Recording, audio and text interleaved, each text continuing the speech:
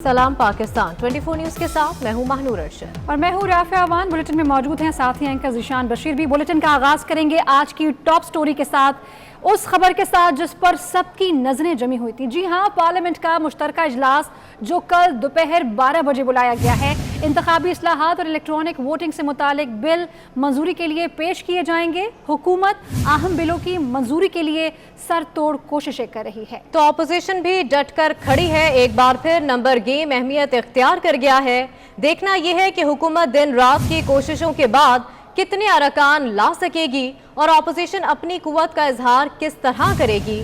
सब नजरें कल के मार्के पर लगी हुई हैं। वजीर आजम खुद मैदान में नजर आए। जाले MNA सैयद नवीद कमर डेंगू में मुब्तला होने की वजह से लाहौर के अस्पताल में दाखिल हैं और इजलास में उनकी शिरकत मुश्किल है। लीगी MNA परवेज मलिक इंतकाल कर गए और कल के इजलास में ऑपोजिशन को उनकी कमी भी महसूस होगी।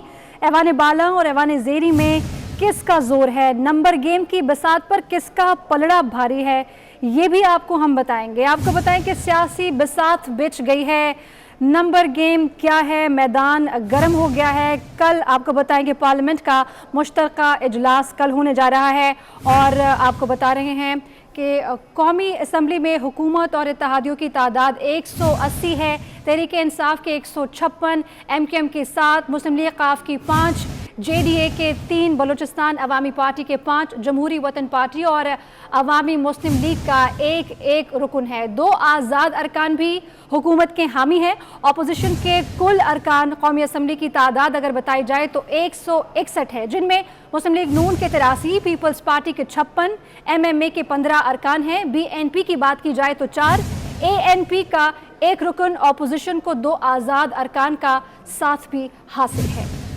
आपको बता रहे हैं कि MQM के 7, मुस्लिम लीग काफ के 5, GDA के 3, बलूचिस्तान अवामी पार्टी के 5, जमहूरी वतन पार्टी और अवामी मुस्लिम लीग का एक रुकन है। वो आज़ाद अरकान भी हुकूमत के हामी हैं। अपोजिशन के कुल अरकान कौमी असम्बली की तादाद 161 है, जिनमें मुस्लिम लीग नून के 83, पीपल्स पार्टी के 56, MMA के 15 अरकान भी शामिल हैं। जी हां, आपको बता रहे हैं अपोजिशन के कुल सेनेटर्स की तादाद 51 है, जिनमें पीपल्स पार्टी के 21, मुस्लिम लीग के 17, JUIF के 5, ANP नेशनल पार्टी और BNP मिंगल के 2 सेनेटर्स शामिल हैं। पख्तूनख्वा मिली अवामी पार्टी और जमात इस्लामी की अगर बात की जाए तो एक सेनेटर है। सेनेट में हुकूमती इत्तेहाद के कुल अरकान की तादाद 44 है, जिनमें PTI के 27, बलूचिस्तान अवामी पार्टी के 12, MQM के 3, मुस्लिम लीग काफ और GDA का एक सेनेटर है। आज़ाद सेनेटर्स भी ऐवान में मौजूद हैं। इनमें 3 का ताल्लुक फाटा से है और 1 का ताल्लुक बताया जा रहा है कि 4 का ताल्लुक बलूचिस्तान से है। अगर ये तमाम भी हुकूमत का साथ दें तब भी हुकूमती सेनेटर्स की तादाद 48 बनती है।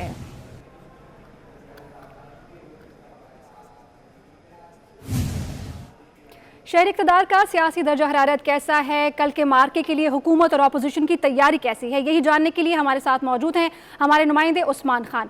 उस्मान, बताइएगा, नाराज इत्तेहादी मान गए हैं, हुकूमत पर एतमाद कैसा है? अपोजिशन भी कह रही है कि बिल मंजूर करा सकते हैं तो करके दिखाओ, क्या कुछ ऐसा मंजरनामा नजर आ रहा है कल के लिए? बहुत शुक्रिया। बिल्कुल तबल बच चुका है और कल अहम मार्का इस्लामाबाद में होने जा रहा है और एक तरफ तो इस्लामाबाद का मौसम सर्द हो रहा है, साथ ही साथ सियासी दर्जा हरारत गर्म हो रहा है और सबकी नज़रें जिस मुश्तरका इजलास पर थी वो कल होने जा रहा है। मुश्तरका इजलास की अगर हम बात करें, हुकूमत के पास अददी अक्सरियत तो मौजूद है, मगर हुकूमत को कल दिखानी भी पड़ेगी। अपोजिशन ने भी तमाम तर तैयारी मुकम्मल कर ली है। मुश्तरका इजलास में कुल मेंबरान की तादाद 440 है, जिनमें 228 हुकूमत के पास है और 214 अपोजिशन के पास है। अपोजिशन पर हुकूमत को 12 मेंबरान की बरतरी हासिल है, जिनमें जो इत्तेहादी है हुकूमत के, वो इंतहाई अहमियत के हामिल है। अगर कल कोई इत्तेहादी नाराज़ हो गए या इत्तेहादी गैर हाजिर हो गए तो ये पलड़ा उलट सकता है। कौमी असम्बली के ऐवान की अगर हम बात करें तो कौमी असम्बली के ऐवान में अददी तौर पर हुकूमत की अक्सरियत ज़्यादा है, तो इसी तरह सेनेट में अपोजिशन अरकान की तादाद ज़्यादा है। सेनेट में अगर हम अपोजिशन अरकान की तादाद की बात करें तो 51 अरकान है अपोजिशन के कुल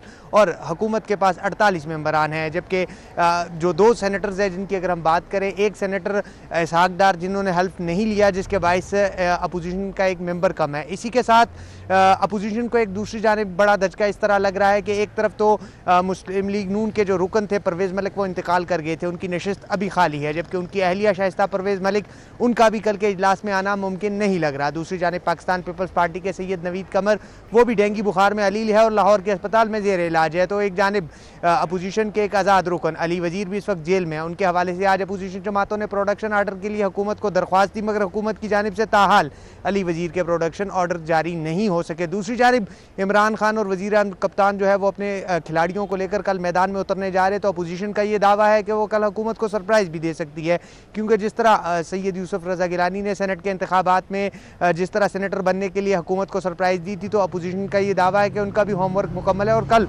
वो हुकूमत को सरप्राइज़ देगी। दूसरी जानिब हुकूमत का कहना है कि जो उनके इत्तेहादी थे, जिनमें मुस्लिम लीग काफ थी, MQM थी, JDA थी, वो नाराज़ थी और वो उनको मना चुकी है। आज भी मुस्लिम लीग काफ के कामिल अली आगा का कहना था कि हम कल हुकूमत को भरपूर सपोर्ट करेंगे। इसी तरह MQM कि अमीनुल हक का भी कहना था कि कल के ऐवान में हमारी पार्टी ने फैसला किया है कि वो हुकूमत का साथ देगी, जबकि जमहूरी वतन पार्टी का एक अहम तरीन इजलास है। उस्मान, हमारे साथ ही रहिएगा, आपकी जानिब दोबारा भी आएंगे। इसी बीच हमारे स्टूडियो में सीनियर तज्जियाकार नवीद चौधरी साहब, आपके वक्त का बेहद शुक्रिया। नवीद साहब, कहिएगा आपको क्या लगता है, ऐसा तो नहीं है कि अपोजिशन शोर करती रह जाएगी और एक एक करके सारे बिल मंजूर कर लिए जाएंगे?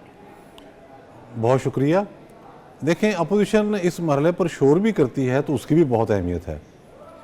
एक होता है स्टेबल स्ट्रक्चर गवर्नमेंट का, तो हमें ये तस्लीम करना होगा कि उसका वजूद नहीं है।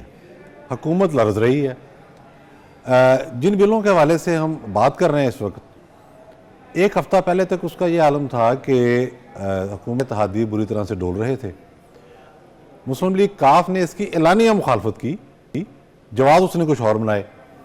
फिर हमने MQM को देखा। MQM ने कहा कि जनाब हम तो स्टेक होल्डर हैं कराची में, हैदराबाद में, हमारी सीटें छीन कर PTI को दी गई हैं, तो अगर हम EVM टाइप कोई चीज़ इस हुकूमत के हाथ में दे देते हैं तो उसमें तो हम अपने खुद जो गर्दन है इनके शिकंजे में दे देंगे। तो वो इस बुनियाद पर मुखालफत कर रहे थे। इस तरह हमने बाप पार्टी वालों को देखा, उन्होंने कहा जी हम इस बारे में गौर करेंगे और ये बड़ा पेचीदा मामला है। GDA के कुछ अरकान ने खुलकर मुखालफत की। उनके खातून रुकन ने तो कहा कि हम इस बिल की हमायत बिल्कुल नहीं करेंगे।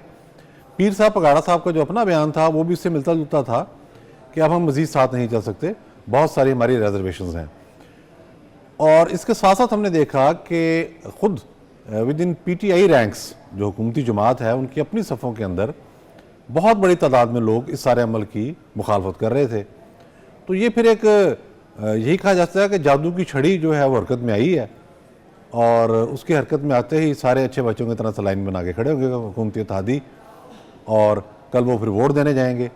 चूँकि ये बात भी ज़रूरी है, इसमें यहाँ बताना ज़रूरी है कि अगर किसी बिल पर हुकूमत को नाकामी होती है तो फिर ये हुकूमत अपना जवाब खो देगी। जैसे एक मौके पर उन्होंने खोया जब सैयद यूसुफ रज़ा गिलानी सेनेट के रुकन बन गए। तो जाहिर है स्टेक होल्डर नहीं चाहते कि इस मौका पर हुकूमत जाए, ये बात भी एक हमें मद्देनज़र रखनी चाहिए। इसलिए मौलाना फजल रहमान साहब ने जो आज इल्ज़ामात लगाए हैं उन्होंने ये भी कहा है उसमें कि अपोजिशन के अरकान को रोका जा रहा है। हुकूमती अरकान को ये कहा जा रहा है कि आपने हर सूरत आना है, आप जहाज़ के जो टिकट हैं। सब यकीन आप ठीक कह रहे हैं, कल जब इजलास होगा तो पता चलेगा। फिलहाल तो हुकूमत इत्तेहादी 44 है, कल की सूरत हाल कल हमें पता चलेगी। आपकी जानिब दोबारा आएंगे। बताते चलें कि एक इजलास ऐसा भी हुआ जिसमें अपोजिशन कोरम की निशानदही करती रह गई। डिप्टी स्पीकर कासिम सूरी ने किसी की न सुनी और शोर शराबे में इंतखाबी इस्लाहात का बिल पास होने का ऐलान कर दिया। खदशा जाहिर किया जा रहा है कि कल के इजलास में भी कहीं 11 जून की तारीख न दोहराई जाए। उस रोज़ क्या हुआ था, आपको पहले वो दिखाते हैं। अभी पॉइंट आउट किया, सारे बैठे हुए हैं, नहीं हो सकता है, नहीं होगा, कोरम हो चुका है पूरा। बार बार आप नहीं कर सकते, आपने क्या यहाँ पे मुझे तंग करना शुरू किया हुआ है। वो तमाम अराकीन जो इसके हक में है हाँ कहें, वो तमाम अराकीन जो इसकी मुखालफत में है नहीं कहें। मेरे ख्याल में अक्सरियत के जवाब हाँ में है, तहरीक मंजूर की जाती है।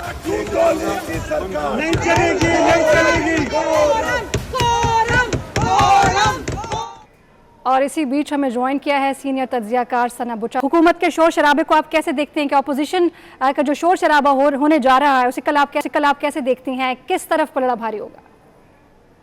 अब तो कल अगर ये हुकूमत इसी तरह से करती है जिस तरह से हम देखते आए हैं, और एक रात पहले इजलास को मौखर कर देना, फिर इत्तेहादियों से मिलना, फिर सबको कन्विंस करना, फिर जोराने देना, फिर अलग अलग मीटिंग्स करना, फिर 67 सेनेटर्स और एमएनए से मिलना, मतलब आपके इत्तेहादियों का नाराज होना, उनके प्रेशर टैक्टिक्स को एंटरटेन कर, तमाम तर चीजें इस तरह पॉइंट करती हैं कि मेरा ख्याल है जो बेतौकीरी पार्लियामेंट की और पार्लियामान को जो रबर स्टैम्प कह रहे थे, मेरा ख्याल है कल ये बेतौकीरी भी कोरोना भी खत्म हो जाए, क्योंकि एक दफा ये पता चल जाए कि ये हमारे यहाँ जमहूरियत नहीं है और जमहूरियत नहीं बना सकती। ये मार्शल लॉ से बुरा अगर कोई लफ्ज हो तो ये इस वक्त वो होने हो, अगर कल ये वो रिपीट हुआ अगेन, मैं होपफुल हूं कि नहीं होगा, लेकिन अगर हुआ तो I think this is where we should stand कि अब ठीक है, जमहूरियत नहीं है और ये हमारी जो अलामतें थी इनको प्लीज अब बेतौकीरी इनकी खत्म करें, ये किस्सा ही मुकाएं।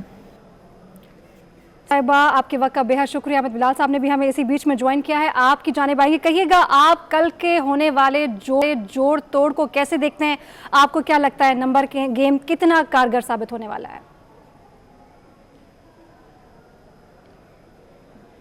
देखिए, ये जो सारे मामलात होते हैं कोalition गवर्नमेंट के अंदर, इत्तेहादियों का दबाव डालना, इत्तेहादियों का रूठ जाना, इत्तेहादियों का इख्तलाफ करना, फिर उनका मान जाना, उनको मनाने की कोशिश करना, कभी वो इसका साथ दें, कभी साथ ना दें, ये सब कुछ हमें तस्लीम करना पड़ेगा कि जमहूरी निज़ाम का एक हिस्सा है, ये जमहूरी प्रोसेस का हिस्सा है। अगर इसमें कोई चीज़ जिस तरह से वो दिखाया गया कि स्पीकर साहब या डिप्टी स्पीकर साहब कोरम की निशानदेही को तस्लीम ना करें, वो तो गलत है, वो तो रेगुलेशंस के ख़िलाफ़ है, रूल्स के ख़िलाफ़ है। लेकिन ये जो इत्तेहादियों का मान जाना, उनको बनाने की कोशिश करना, फिर उनकी कुछ दूसरे प्रेशर्स को भी तस्लीम कर लेना, ये सब जमहूरी निज़ाम में इस तरह चलता है। दुनिया के जो तरक्की याफ्ता ममालिक हैं जहाँ पे जमहूरी निज़ाम तवील अरसे से रहा है, वहाँ पे भी ऐसे होता है, अमेरिका में ऐसे होता है, बरतानिया में ऐसे होता है। वहाँ जब भी कोई अपोजिशन होती है तो उसकी बातें भी माननी पड़ती हैं, तो यही कुछ होगा। लेकिन अगर कल, अब देखने वाली बात ये होगी कि कल कुछ रूल्स की खिलाफ वर्जी तो नहीं होती। अगर रूल्स की खिलाफ वर्जी नहीं होती और इत्तेहादी हुकूमत के साथ आते हैं और नंबर पूरा हो जाता है, तो फिर ये अपोजिशन को रूल की खिलाफ वर्जी का कम से कम शिकवा नहीं करना पड़ेगा। लेकिन अगर कोई रूल्स की खिलाफ वर्जी हुई तो बहुत संगीन बात होगी। अहमद साहब, आपके वक्त बेहद शुक्रिया। अब देखना यह है कि कल किसी रूल की खिलाफ वर्जी तो नहीं हो जाए। पार्लियामेंट के मुश्तरका इजलास में बुलाने के लिए रियासती इदारे छोटी इत्तेहादी जमातों की गर्दन पर बूट रख रहे हैं। मालूम है कि किन अरकान को सेफ हाउसेज में लिया जा रहा है। कोयटा में प्रेस कॉन्फ्रेंस करते हुए मौलाना फजल रहमान ने हुकूमत को कैसे आड़े हाथों लिया, आपको दिखाते हैं। कि छोटी जमातें जो उनकी इत्तेहादी हैं, उनको रियासती इदारे दबाव में लाकर उनकी गर्दन मरोड़ कर और उनके गर्दनों पर बूट रखकर उनको मजबूर कर रहे हैं कि आपने इजलास में जाना है।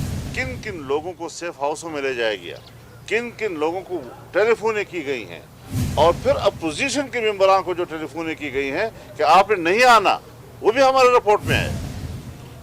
तो इसका माना यह है कि एक जबरी अक्सरियत है ना, एक जबरदस्ती वाली अक्सरियत, और वो भी 4-5 वोटों की अक्सरियत। हुकूमत चल नहीं रही, हुकूमत चलाई जा रही है। और नाजरीन, हुकूमत कल के इजलास में अददी अक्सरियत दिखाने के लिए पुरअज़्म है। आज दिन भर क्या होता रहा और किसने क्या कहा, आपको दिखाते हैं। वो जब कदम रखता ना ग्राउंड में, तो वो हमेशा समझता वो जीतेगा। आज का जो आइन है जिस तरह लिखा हुआ है, उसके अंदर ईसीपी की कोई अप्रूवल प्री कंडीशन नहीं है किसी कानून के लाने में या पास होने में जिसका ताल्लुक इलेक्शन से हो। 2/3 से अमेंडमेंट करा लें, ईसीपी का अप्रूवल डाल दें, ईसीपी का अप्रूवल मस्ट हो जाएगा।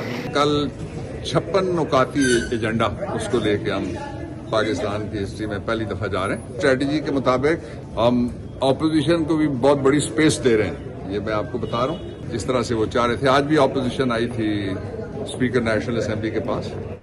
ऑपोजिशन ने भी कल हुकूमत को टफ टाइम देने के लिए कमर कस ली है। शहबाज शरीफ तो हुकूमत को गिरती हुई दीवार से तशबीह देते नजर आए, आप भी देखिए। सर, ईवीएम पे शिकस्त दे पाएंगे हुकूमत को? पूरी तरह मुकाबला करेंगे इंशाअल्लाह। लेकिन हमने अपना जो प्रोटेस्ट है वो उनको रजिस्टर करवाया है कि जब आपने हमें लेटर लिखा कि जी आप गवर्नमेंट जो है वो नेगोशिएट करना चाहती है, उसका हमने लेटर का जवाब दिया, तो उसके बाद बजाय नेगोशिएशन के तो आप इजलास बुला रहे हैं, तो इट मीन्स कि आप स्पीकर ऑफिस जो है वो लेट डाउन हुआ है और आपको जो है वो गवर्नमेंट ने एम्बेरस किया है। तो आप इसके ऊपर स्टैंड लें। स्पीकर साहब ने कहा कि जी मैं उनको बुला के उनसे बात करता हूँ। देखिए, हमारे पास एक नंबर था अपोजिशन के पास, वो नंबर हम अपने हमारी अक्सरियत होती तो हम कब का वोट आप लोगों को हम अपनी ताकत के बुनियाद पे जो हमारे पास स्ट्रेंथ है उसको मुजाहिरा हम अपना फर्ज।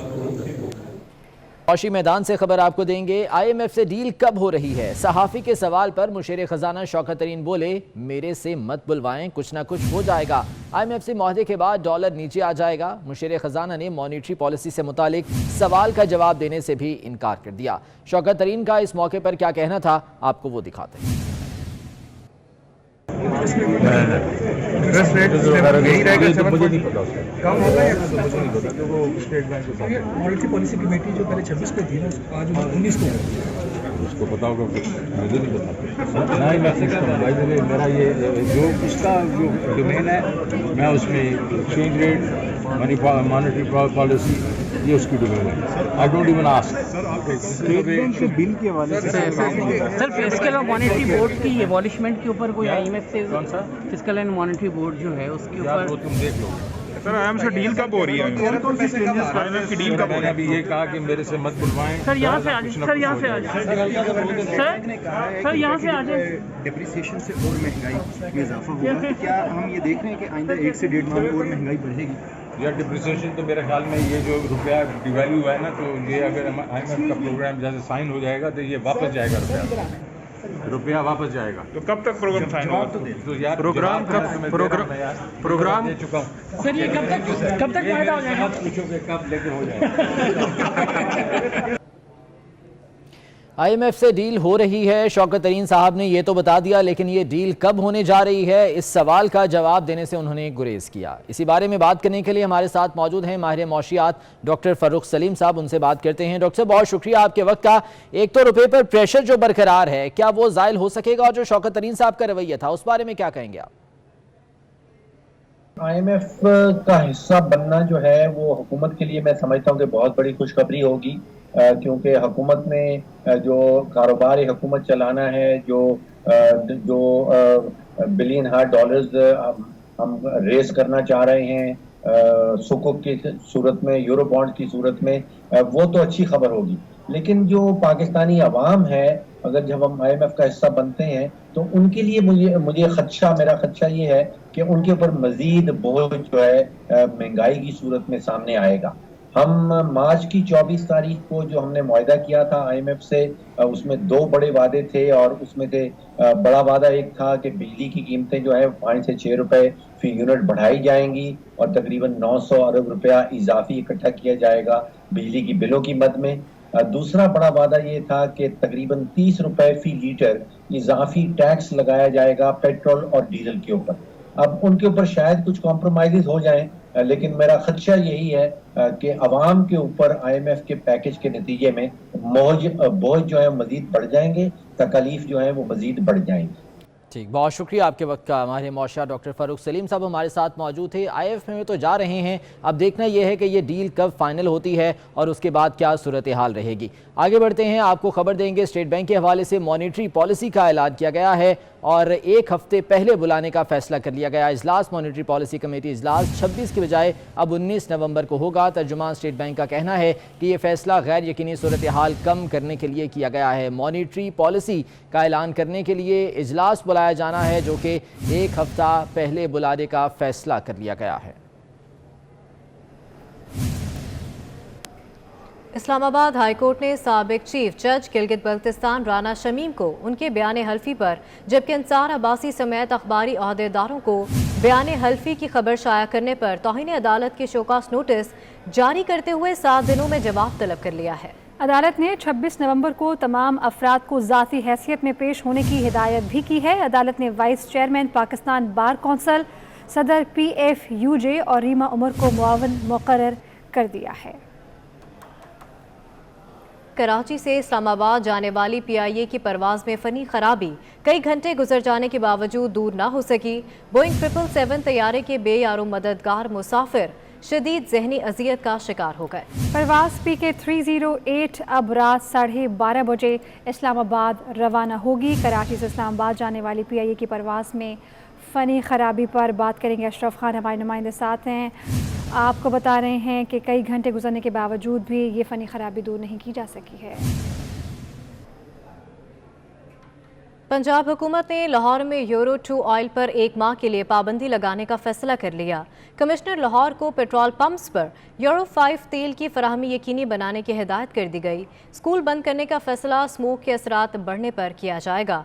लाहौर हाई कोर्ट ने DG provincial disaster management authority से 18 नवंबर को स्मोक इमरजेंसी प्लान तलब कर लिया है। बच्चों के लिए बड़ी खबर, कोरोना के बाद अब स्मोक से तालीमी सरगर्मियां मुतासर होने का खदशा। पंजाब की स्टैंडिंग कैबिनेट कमेटी का इजलास 3 दिन के लिए स्कूल बंद करने की तजवीज भी सामने आ गई। तहम फैसला हुआ कि अभी सूरत हाल खतरनाक नहीं, स्मोक के असरात ज्यादा होने पर स्कूल बंद किए जाएंगे। स्मोक बढ़ने पर पंजाब हुकूमत ने लाहौर में यूरो 2 ऑयल पर 1 माह के लिए पाबंदी लगाने का फैसला कर लिया। कमिश्नर लाहौर को पेट्रोल पंप्स पर यूरो 5 तेल की फराहमी यकीनी बनाने की हिदायत कर दी। हुकूमती फैसले अपनी जगह, लेकिन लाहौर कई रोज से फजाई आलूदगी के नरगे में है। एयर क्वालिटी इंडेक्स 404 रिकॉर्ड किया गया। अल्लामा इकबाल एयरपोर्ट पर हद निगाह 1500 मीटर रह जाने से फजाई ऑपरेशन मुतासिर होने का भी खदशा है। फैसलाबाद लाहौर से भी बाजी ले गया, जहां एयर क्वालिटी इंडेक्स 432 रिकॉर्ड किया गया। लाहौर हाई कोर्ट ने भी स्मोक के तदारुक के लिए नाकाफी इंतजाम पर इजहार नाराजगी किया। DG provincial disaster management authority से 18 नवंबर को स्मोक इमरजेंसी प्लान तलब कर लिया। महकमा माहौलियात का प्राइवेट सेक्टर में लगाए गए मॉनिटरिंग सिस्टम के खिलाफ ऑपरेशन का फैसला। एयर क्वालिटी इंडेक्स रीडिंग देने वाले मॉनिटरिंग स्टेशन को वार्निंग जारी कर दी। डेडलाइन खत्म होने के बाद दहशतगर्दी के मुकदमात दर्ज होंगे। और इसके साथ ही न्यूज स्टूडियो से फिल वक्त इतना ही। एक ब्रेक के बाद हाजिर होंगे न्यूज हेडलाइंस के साथ।